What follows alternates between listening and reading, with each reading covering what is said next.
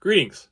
Um, I'm very honored to be here in this position of great exaltation and veneration. Um, in front of you, hopefully, the panel of judges who have so graciously decided to review my project for what it's worth. Um, I'm very excited that it's at least touched the eyes of experts in the field which I purported it to be. Of course, I'm speaking of my project. Um, and I will do my very best to extemporaneously deliver um, what I hope to be the final part of my application that seals the deal, that secures this generous amount of monetary resource for the benefit of my education.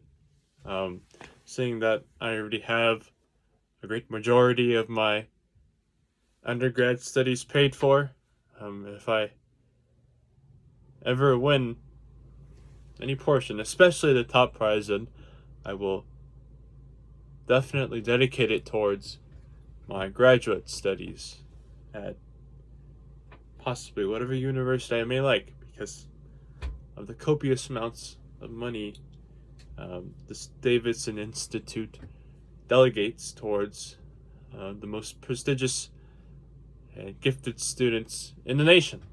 So, shall I begin? um, the origin of this uh, project came about in November of last year during my English Composition 1 class. My instructor, my high school instructor, asked the class to write a research paper about a social issue, and not just some crummy, superfluous paper about abortion or whether or not um, marijuana should be legalized, but something that affects quite a bit of people, that poses an existential threat, if you may, to the well-being of every American, or possibly every person in the entire world. I had colleagues write about global warming and so on and so forth. But I chose to write about something closer to home, something more intimate, something more impactful.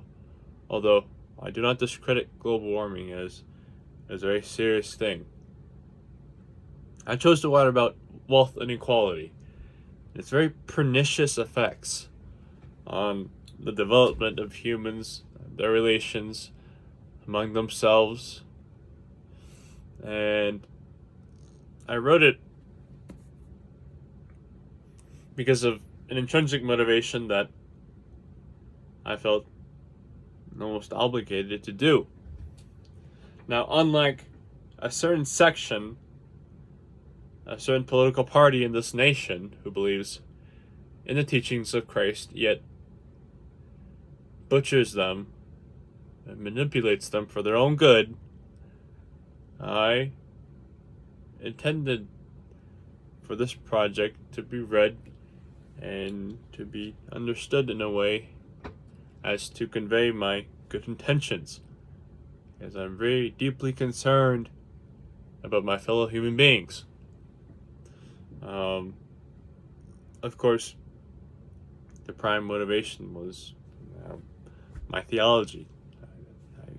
I'm Christian, although I dislike and even loathe organized religion for its hypocrisy and its contradictions. That does not disqualify me from reading the Bible and helping my fellow human beings out. Like, for example, with this project. More specifically, though, I thought about a particular section, a subcategory of Christianity, often referred to as liberation theology. The idea that the poor majority can, by grassroots advocacy and popular struggle, may improve their lot and gain resources and benefits that were not hitherto available, to improve their lives and to close the gap between the most wealthy and the most poor. Now, this country, we are very fortunate that is possible, very tangible, and is likely if the current circumstances continue. Hopefully. I'm a very optimistic fellow, but the reason I've bestowed my trust in this liberation theology is because it has worked in some rare cases in history, and I believe it could work in our country because in its most purest form, in its original form, it was meant for the people, of the people, by the people, for the people, as written so eloquently in the preamble. But over time, and for reasons you have most likely read in my paper, or which for reasons you already know, that saying has eroded and moldered to dry ash in the hands of the framers and those who came after, including us. It means nothing anymore because the reality of it is this country is of the wealthy, by the wealthy, for the wealthy. And it's a great shame to say that. But with how things are currently going, and the very certain and particular instances of unconstitutionality, it's very troubling. And we are living in certainly interesting times.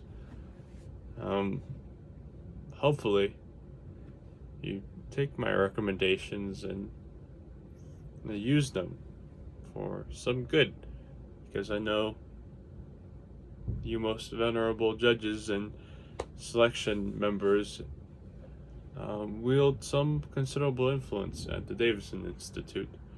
And speaking of your most honorable institute, please remind yourself of your motto, of what you believe is the ideal candidate and what you believe is the ideal project. Because mine, in reality, is just meant to help folks, to open their eyes to the developing crisis that has been fermenting and festering over the past 70 years. And I just want you guys to realize, or to remind yourselves of, because I've looked at some of the past scholarship winners, and although their projects are very, very impressive, very eloquent, they lack societal relevance or pertinence.